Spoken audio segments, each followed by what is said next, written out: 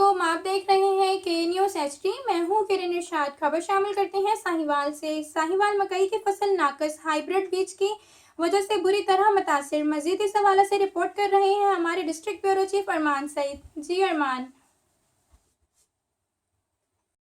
जी बिल्कुल, साहिवाल के बहुत से रकबा पर मकई की फसल नाकस हाइब्रिड बीज की वजह से बुरी तरह मुतासिर हुई है।